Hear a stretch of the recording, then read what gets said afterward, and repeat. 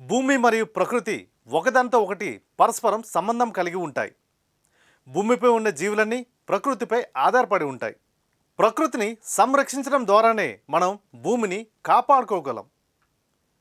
మన గృహం భూగ్రహం అనే కార్యక్రమానికి స్వాగతం. వాతావరణంలోనికి గ్రీన్ హౌస్ వాయువులను విడుదల చేయడం ద్వారా మానవులు ప్రపంచ పర్యావరణాన్ని ప్రభావితం చేస్తున్నారు. ఈ ప్రభావాలను మనం ఇప్పటికే చాలా చూస్తూనే ఉన్నాము. కానీ వాతావరణ మార్పు కొనసాగుతున్న కొద్దీ అవి మరింత తీవ్ర రూపం దాలుస్తాయని శాస్త్రవేత్తలు అంచనా వేస్తున్నారు.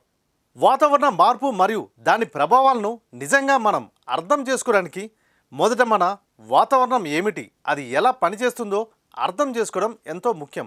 మన ప్రపంచ వాతావరణం 5 ప్రధాన భాగాలుగా అవన్నీ ఒకదానితో ఒకటి అనుసంధానించబడి ఉన్నాయి. ఇవన్నీ దాదాపు ఒక యంత్రాల భాగాలు వంటివి.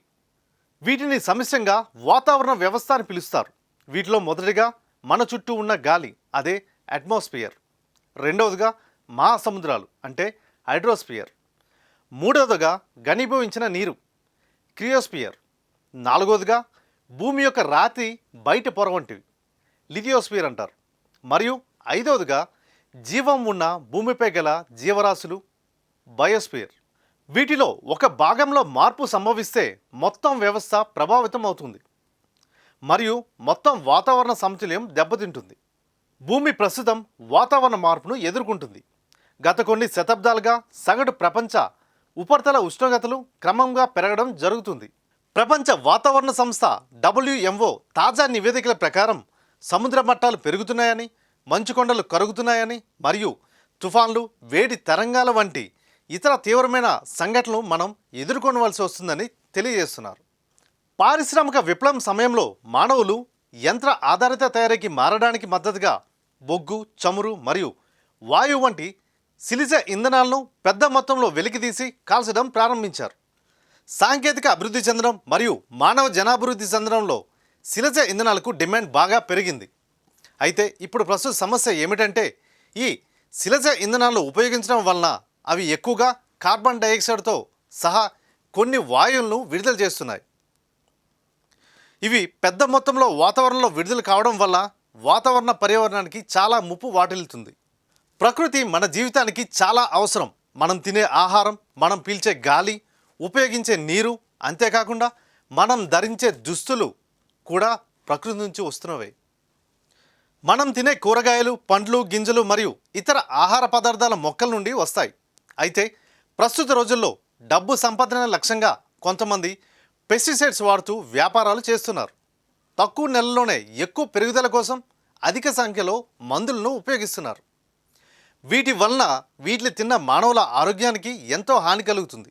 ఇష్టంగా తినే చికెన్ వల్ల కొలెస్ట్రాల్ పెరుగుతుందని నివేదికలు చెప్తున్నాయి. ఇది మానవులకే కాదు, పర్యావరణానికి కూడా ఎంతో ముప్పుని తెచ్చిపెడుతుంది. పెస్టిసైడ్స్ వాడకం మరియు నియంత్రణలో లేని ఇటువంటి వ్యాపారాల వల్ల మానవుల ఆరోగ్యమే కాదు, పర్యావరణం కూడా ఎంతో నష్టాన్ని చేకూరుస్తున్నాం. వాతావరణ మార్పులను పూర్తిగా ఆపడానికి మనం ఇప్పటికే చాలా దూరం వెళ్ళామని నిపుణులు భావిస్తున్నారు. కానీ తీవ్రమైన మరియు తక్షణ చర్యలు తీసుకుంటే మనం దానిని నెమ్మది చేయవచ్చు. దీనికి ప్రపంచ నాయకులు ముందుకు రావాల్సి ఉంటుంది. కానీ మనం వ్యక్తిగతంగా తీసుకోగల చిన్న చిన్న చర్యలు కూడా మనం తీసుకోవాల్సి ఉంటుంది. మనం తీసుకునే ఈ చిన్న చిన్న జాగ్రత్తలు, ఈ చిన్న చిన్న చర్యల వల్లే వాతావరణానికి మనం ఎంతో మేలు చేసిన వారము అవుతాము. మనం ఉత్పత్తి చేసే ఈ గ్రీన్ హౌస్ ఉద్గారాల పరిమాణాన్ని మనం తగ్గించాలి. కారును ఉపయోగించకుండా సైకిల్ను తొక్కడం, తక్కువ విమాన ప్రయాణాలు చేయడం, ఇటువంటి చర్యలను మనం చిన్న చిన్నగా మొదలుపెట్టాలి.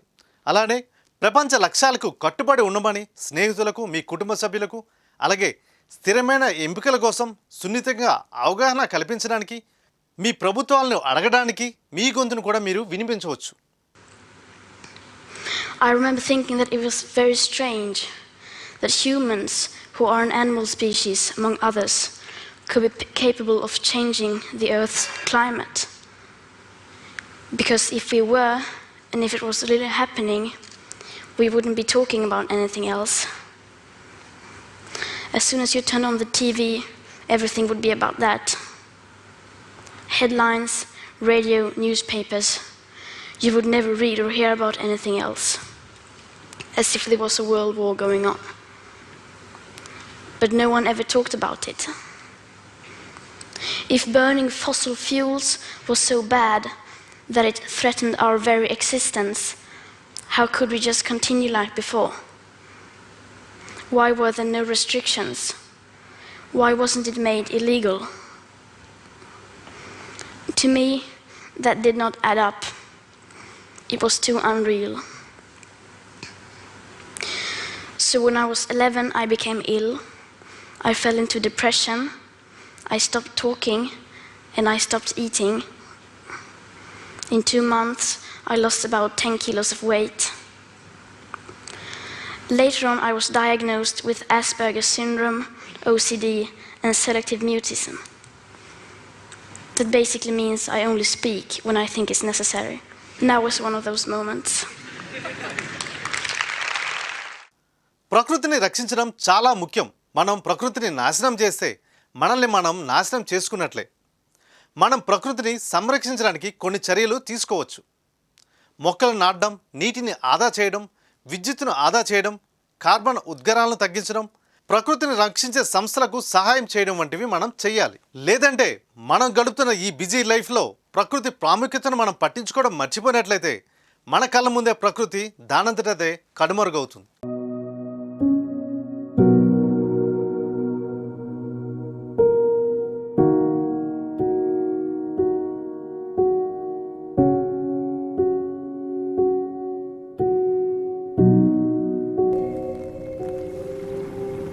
Loki's struggle is one she shares with millions of people on the coast. Land is disappearing around the coastal areas of Bangladesh. As sea levels rise, rivers swell up, swallowing ancestral homes, farmland, and other means of livelihood. Many families are forced to move to cities. For those who can't afford to, are forced to stay back here and start all over again.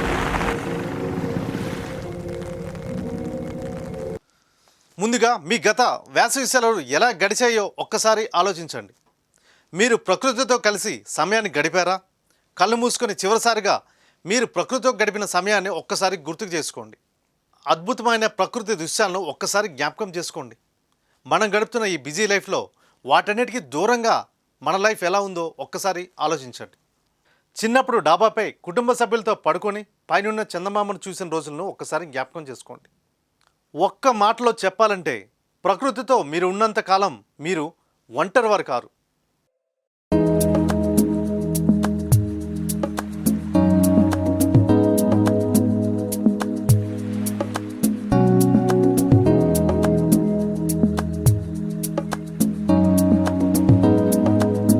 ప్రతి 10 మందిలో 7 ప్రకృతితో తమ సంబంధాలను కోల్పోతున్నారని అంగీకరిస్తున్నారు. అలాగే ఎక్కువ సంఖ్యలో తల్లిదండ్రులు కూడా తమ పిల్లలకు ప్రకృతి మరియు వన్యప్రాణుల కోసం తెలియజేయట్లేదని అంగీకరిస్తున్నారు. ప్రకృతి అనేక రూపాల్లో మన కోసం ఉన్నప్పటికీ రోజువారీ జీవితంలో ఒత్తిళ్ల వల్ల మనం ప్రకృతి నుండి దూరంగా ఉంటున్నాం. దేవుని ప్రేమలాగే ప్రకృతి కూడా మన చుట్టూనే ఉంది. అలాగే దేవుని ప్రేమలాగానే ప్రకృతి కూడా ఉచితంగా దొరుకుతుంది.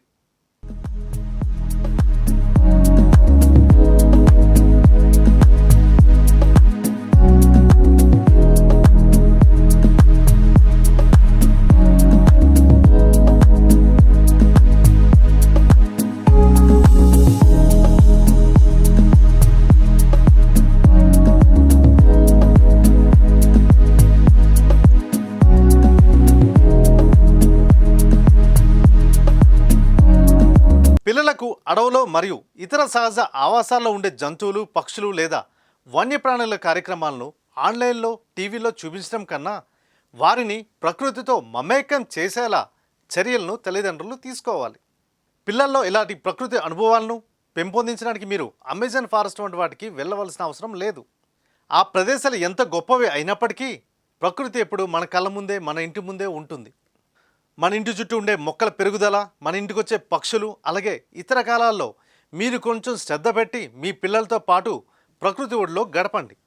పిల్లలు, పెద్దలు ఇద్దరు ప్రకృతితో రోజువారీ సంబంధం కలిగి ఉండడం వల్ల మెరుగైన ఆరోగ్యం, తక్కువ ఒత్తిడి, మెరుగైన మానసిక స్థితి ఏర్పడుతుంది. పరీక్షల్లో ఉత్తీర్ణత కోసం, ఇతర చదువుల విషయంలో పిల్లలు ఎంతగానో ఒత్తిడికి గురవుతూ ఉంటారు.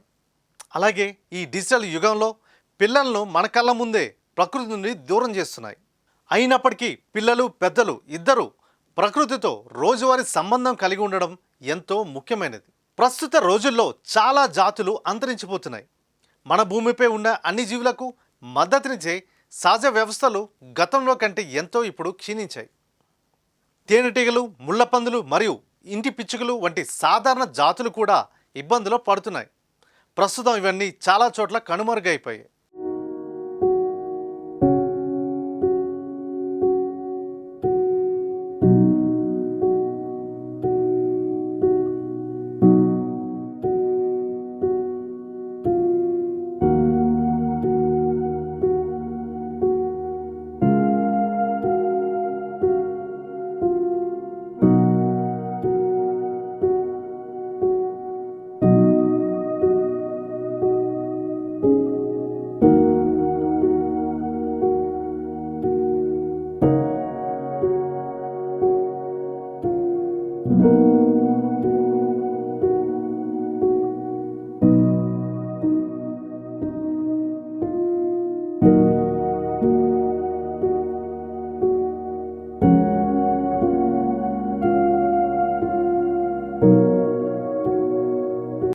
ప్రకృతిని అంతరించిపోతున్న అంచుల నుండి తిరిగి మనం తీసుకురాలేమా?